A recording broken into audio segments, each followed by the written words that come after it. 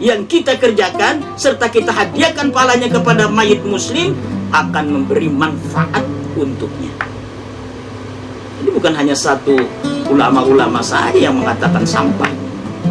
Ulama-ulama Ahlus Sunnah wal Jamaah mengatakan jelas sampai bacaan Al-Quran di tempat si mayit ataupun di makam si mayit tersebut. Mengatakan insyaallah amma du'ahu wal istighfar wa sadaqatu wa ada'ul wajibati fala a'lamu fihi khilafah. Insyaallah, adapun kata Syekh Ibnu Qudamah dari mazhab Hambali melanjutkan bahwa doa, istighfar, sedekah dan pelaksanaan kewajiban, maka saya tidak pernah melihat perbedaan pendapat. Jadi sedekah, istighfar, kemudian pembacaan daripada Al-Quran, tidak ada perselisihan pendapat. Oleh karenanya, apabila ada saudara-saudara kita yang membid'ahkan hal ini, maka hukum bid'ah itu sendiri harus tepat sasaran. Membid'ahkan kepada sesuatu yang bid'ah jelas, tapi kalau membid'ahkan kepada sesuatu yang bukan bid'ah, ini yang salah. Di antara ulama yang memperbolehkan menghadiahkan pahala bacaan Al-Quran dan kalimat thayyibah pada mayit adalah termasuk Syekh Ibnu Taimiyah. Mau percaya nggak kira-kira Ibnu Taimiyah juga memperbolehkan? Bahkan pengikut-pengikutnya hampir kebanyakan Ibnu Taimiyah yang merujuk kepada pendapatnya Ibnu Taimiyah bahkan tidak memperbolehkan. Nah, Ibnu Taimiyah sendiri memperbolehkan, bahkan sampai kata Ibnu Taimiyah. Kita bisa lihat dalam kitab Majmu'ul Fatawa, beliau mengatakan wa ammal qira'atu wa sadaqatu wa ghairuhuma min a'malil birri fala niza'a baina ulama'i sunnati wal jama'ati fi wusuli thawabil ibadatil maliyati kasadaqati wal itq. Dia katakan, dan adapun bacaan sedekah dan sebagainya berupa amal-amal kebaikan, maka tidak ada perselisihan di antara para ulama ahlu sunnah wal jamaah akan sampainya pahala ibadah harta seperti sedekah dan pembebasan daripada budak untuk membebaskan perbudakan. Kama yusillu ilaihi aidan du'a'u wal istighfar wa salatu alaihi salatul jinazati wa du'a'u inda qadri. Sebagaimana sampai kepada mayit juga pahala doa, istighfar, salat jenazah dan doa di samping kuburannya. Wa tanaza'u fi wusuli a'malil badaniyah kasawmi wa salati wal qiraati wa sawabu annal jami'a yasilu ilaihi.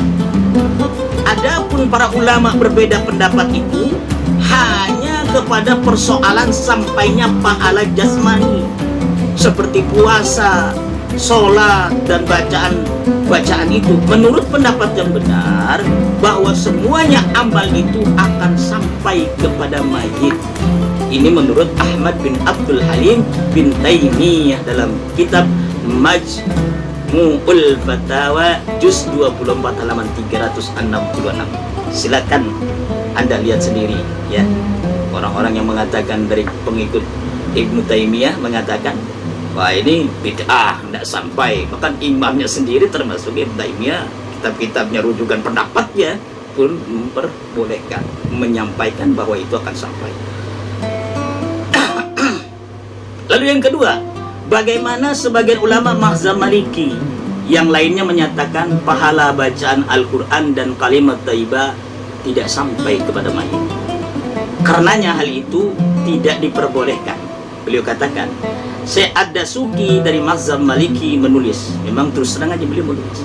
Dalam tulisannya dikatakan, qala fi tawdi'i fi babil haji al-mazhabu annal qira'ata la tasilu lil mayyiti hakahul qurafi fi qawaidihi wa Syekh Ibnu Abi Jamrah. Penulis kitab daripada At-Tawdih berkata dalam kitab At-Tawdih ini, Bapak Haji, mereka berpendapat yang diikuti dalam mazhab Maliki adalah bahwa falan bacaan tidak sampai kepada mayit. Maka pendapat ini diceritakan oleh Syekh Rabi dalam kitab Wa'idnya dan Syekh Ibnu Abi Zamrah. Ini pendapat. Nah, dari paparan di sini kita bisa lihat, dari apa yang saya sampaikan bisa kita simpulkan, para ulama jelas berbeda pendapat tentang hukum menghadiahkan tahlilan bacaan Al-Quran dan kalimat thayyibah kepada si mayit. Mayoritas ulama meliputi ulama mazhab Hanafi, sebagian ulama mazhab Maliki, ulama mazhab Syafi'i, ulama mazhab Hambali, dan Syekh Ibnu Taimiyah memperbolehkannya. Sedangkan sebagai ulama mazhab Maliki yang lainnya memang melarang. Maliki dari 4 mazhab, sebagian ulama mazhab Maliki yang melarang. 3 mazhab tadi memperbolehkan, bahkan sebagian Maliki pun memperbolehkan. Yang kedua, bahwa hukum mengkhususkan waktu tertentu untuk membaca Al-Quran. Kadang-kadang waktu-waktu tertentu ini nggak boleh dikultuskan katanya. Kalau Jumat aja katanya nggak boleh dikultuskan kayak begitu. Nah, hukum ini dan juga sebuah kalimat thayyibah apabila kita kultuskan, mayoritas ulama pun memperbolehkan mengkhususkan waktu tertentu untuk beribadah atau membaca Al-Quran. Dan kalimat thayyibah itu sendiri, seperti misalnya malam Jumat atau setelah melaksanakan sholat 5 waktu, ya kan? Mereka berpegangan kepada hadis riwayat Umar yang memperbolehkan. Dengan jelas dikatakan, An Ibni Umar radhiyallahu anhu maqala, kana Nabi sallallahu alaihi wasallam yati masjida Quba'i kulla sabti masyian wa raqiban wa kana Abdullah radhiyallahu anhuma yaf'aluhu.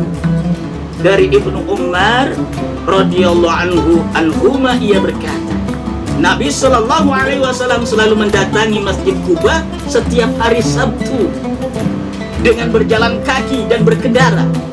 Abdullah ibnu Umar radhiyallahu anhuma juga selalu melakukan hal yang sama.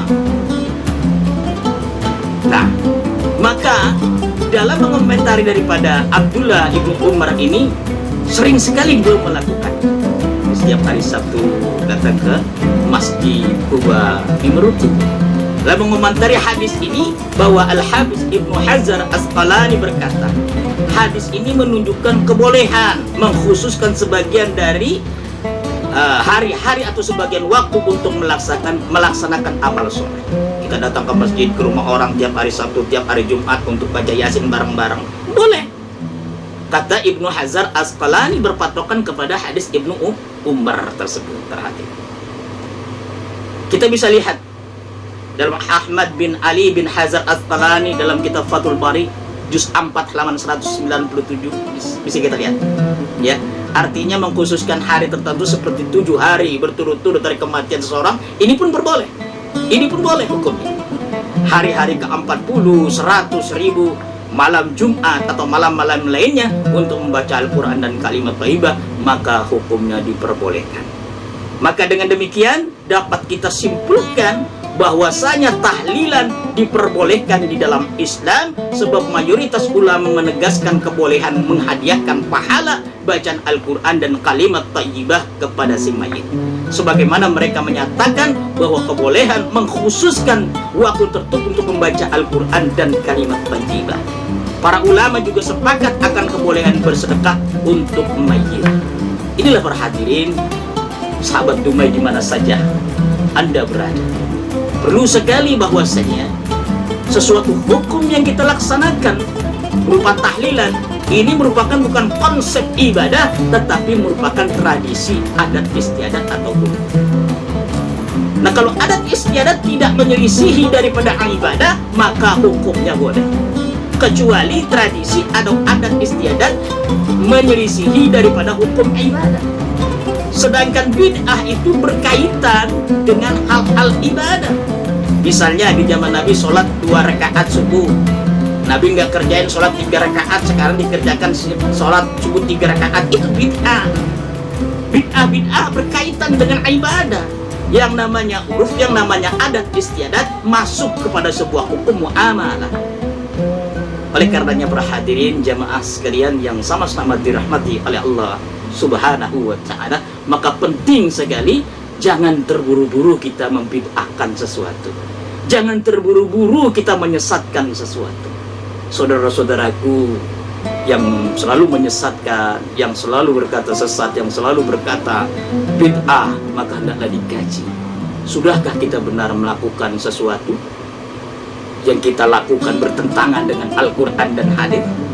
Kalau itu tidak bertentangan dengan Al-Quran dan hadis, maka semua apa yang kita laksanakan selama itu kebaikan akan membuahkan pahala di sisi Allah Subhanahu wa ta'ala. Baiklah, mudah-mudahan jawaban saya ini kiranya dapat berkenan diterima dengan baik oleh semua pihak, bisa mengerti bahwa kita saling menghormati, saling menjaga kesatuan persatuan NKRI selalu kita bina agar kehidupan kita di negara yang sama-sama kita cintai ini hidup kerukunan beragama. Sekian dari saya, wallahul muwaffiq ila aqwamit thoriq. Wassalamualaikum warahmatullahi wabarakatuh.